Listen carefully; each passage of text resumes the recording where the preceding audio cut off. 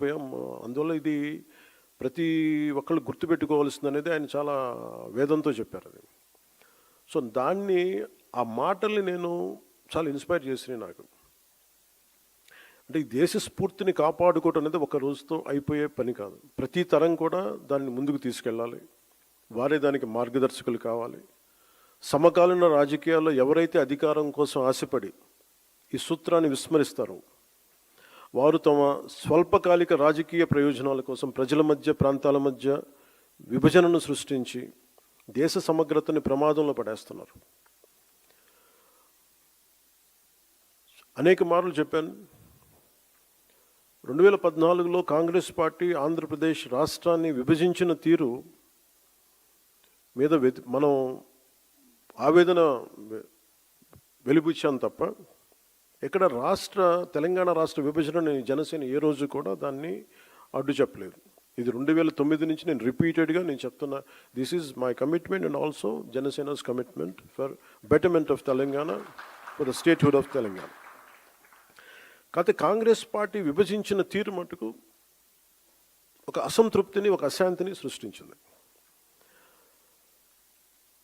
ఈ రోజుకి ఆ వారసత్వ సమస్యలు ఇలాగే ఉన్నాయి. ఆస్తుల పంపకాలు కావచ్చు.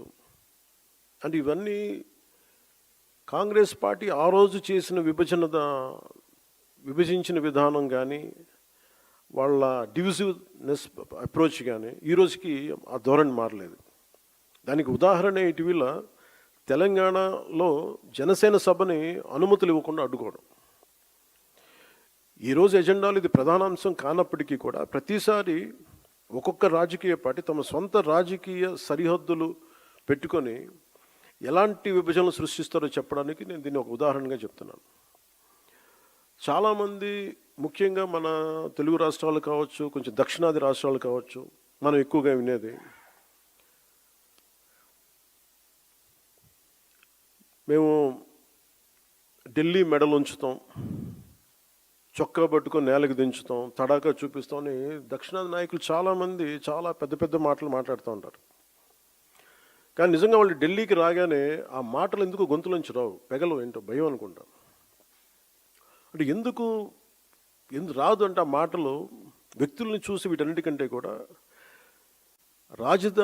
ఢిల్లీ రాజధాని చూసిన ఆ విశిష్టత, ఇక్కడున్న విశిష్టత, ఢిల్లీ అనేది ఒక వ్యక్తుల గురించి కాదు, అది చేసిన త్యాగాల గురించి. 140 కోట్ల మంది ప్రజలను సురక్షితంగా ఉంచడానికి, పరిపాలించడానికి నిరంతరం పోరాడుతున్న ఎన్నో నిబద్ధత కలిగిన సంస్థలు, అది న్యాయ వ్యవస్థలు కావచ్చు, రాజకీయ వ్యవస్థలు కావచ్చు, అడ్మినిస్ట్రేటివ్ వ్యవస్థలు కావచ్చు, డిఫెన్స్ వ్యవస్థలు కావచ్చు, ఇవన్నీ దగ్గరుండి చూసినప్పుడు మనకు అలాంటి మాటలు పెగలవు. తమ ప్రాంతాల్లో, మన రాష్ట్రాల్లో ఉండి పెద్ద పెద్ద మాట్లాడే నాయకులందరూ కూడా ఇక్కడికి వచ్చినప్పుడు ఢిల్లీ తాలూకు ఈ గాఢతను చూసిన తర్వాత ఈ దేశం యొక్క సమగ్రతని అర్థం చేసుకుంటారు. మీరు ఇండియా గేట్కి వెళ్తే ఈ దేశాన్ని ఏకతాటిపై ఉంచడానికి సైనికులు చేసిన త్యాగాలు మనకు అర్థమవుతాయి.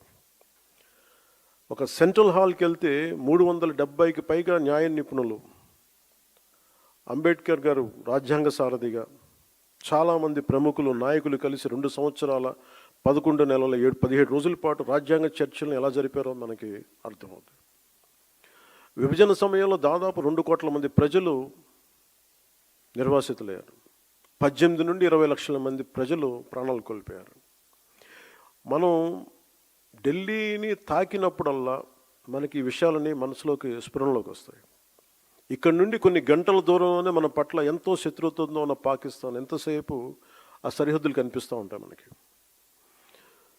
ఈరోజు నేను ఎందుకు ఇక్కడ పెట్టానంటే, జనసేన పార్టీలోని ప్రతి ఒక్క నాయకుడు, ప్రతి సభ్యుడు ఇది అర్థం చేసుకోవాలని ఇక్కడ నేను పెట్టాను.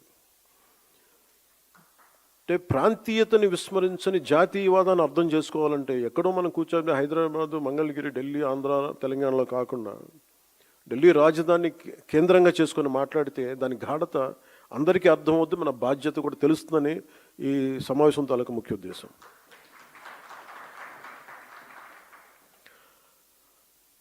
జాతీయ సమగ్రత, దేశభక్తి అనేది జనసేనకి చాలా కీలకమైన అంశం కావాలి మనందరికీ. భిన్నమైన విభజన ధోరణులు మనం ఎందుకు దూరంగా ఉండాలి అంటే, ఈ దేశం ఈరోజు ఈ స్థితిలో ఉండటానికి వెనక ఎంతటి త్యాగాలు ఉన్నాయో మనం అర్థం చేసుకున్నప్పుడు దీన్ని ఎలా గౌరవించాలి, ఎంత బాధ్యతగా ప్రవర్తించాలో మనకి తెలుస్తుంది. మనకున్న లిమిటెడ్ పరిమితులు కావచ్చు, స్వీయ పరిమితుల్లో మన స్వంత సామర్థ్యాలతోటి జనసేన పార్టీ ద్వారా దేశ స్ఫూర్తిని ముందుకు తీసుకెళ్ళటం ఈరోజు ఈ సమావేశం యొక్క ముఖ్య ఉద్దేశం. మీరు వీటన్నిటిని అర్థం చేసుకొని తిరిగి వెళ్ళినప్పుడు వీటన్నిటి వెనక ఉన్న లోతైన భావాన్ని, దీని గాఢతని, దీని తీవ్రతని మీరు అర్థం చేసుకుంటారు.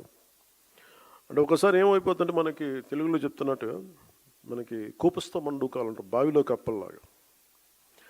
మన నేల మీదే కూర్చొని మాట్లాడి మన పరిమితులతో ఉండే, అంటే మన గీసుకున్న గీతల మధ్య మాట్లాడితే దేశం తాలూకు సారూప్యత కానీ, దేశం తాలూకు విశిష్టత కానీ మనకు అర్థం కాదు. అందుకని మన స్వంత సరిహద్దులకి, మనం గీసుకున్న సరిహద్దులకి పరిమితం కాకుండా విశాల ప్రపంచాన్ని చూడటానికి ఈ రోజున ఢిల్లీ రాజధాని మనకు ఒక పెద్ద వేదికని ఇచ్చింది. సుమతి శతకంలో చెప్పినట్టు మనందరం ఏమనుకుంటామంటే, అంటే బలవంతమైన సర్పం కూడా చలిచీమల చేత చిక్కి చచ్చిపోద్ది అంటారు. మనందరం ఏమనుకుంటాం, మనకు స్థాయి లేదులే, మనందరం చిన్న మనుషులే పెద్దలు అనుకుంటాం, ప్రతి ఒక్కరు ఈజీగా మాట్లాడేయచ్చు అనుకుంటాం. కానీ ఇలాంటి ప్రతి వ్యక్తి, ఈ మధ్య మీరు చూస్తా ఉన్నారు కొంచెం కాక్రోచెస్ అనే ఇది కూడా, అని నాకు సుమతి శతకం గుర్తొచ్చింది.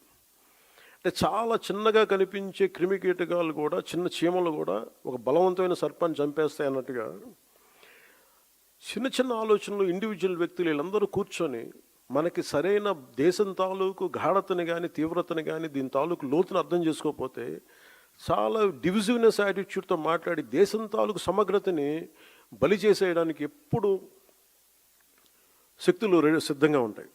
అలాంటి ఆలోచన ప్రవాహంలో మనం చిక్కుకోకూడదు అన్న భావన తెలియజెప్పడానికి ఈ ఢిల్లీని వేదికగా పెట్టాం. అయితే చాలా కోట్ల మంది చిన్న చిన్న ఆలోచనలు వ్యక్తులు కూడా కలిస్తే అది మంచి కావచ్చు, చెడు కావచ్చు, చాలా బలమైన ప్రభావాన్ని సృష్టించగలరు. అందుకని ఈ విభజనవాదాన్ని సృష్టిస్తున్నారు, లేదంటే ఇలాంటి పరిస్థితుల్లో మనం దాంట్లో భాగస్వామ్యం కాకూడదు, దాంట్లో మనం ఎంత ఎదురెడ్డి పోరాడాలని చెప్పడానికి దీని తాలూకు ముఖ్యాంశం. సో మిమ్మల్ని అందరినీ ఇక్కడికి ఆహ్వానించడంలో నా ముఖ్య ఉద్దేశం ఒకటి, ఒక బాధ్యత గల రాజకీయ పార్టీగా ఈ ఆశయాన్ని మరింత స్వాతంత్ర్య స్ఫూర్తిని ముందుకు తీసుకెళ్ళటం, మన ఫౌండేషన్ ఫాదర్స్ని గౌరవించడం ఈరోజు ఈ సమావేశం యొక్క ముఖ్య ఉద్దేశం. సో దీంట్లో సర్టన్ పాయింట్స్ అనుకున్నాం.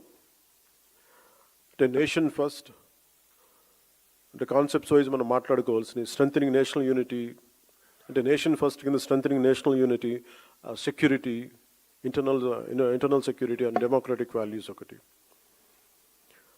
Vikasit Bharat, from aspiration to achievement, under 12 years of transformative leadership,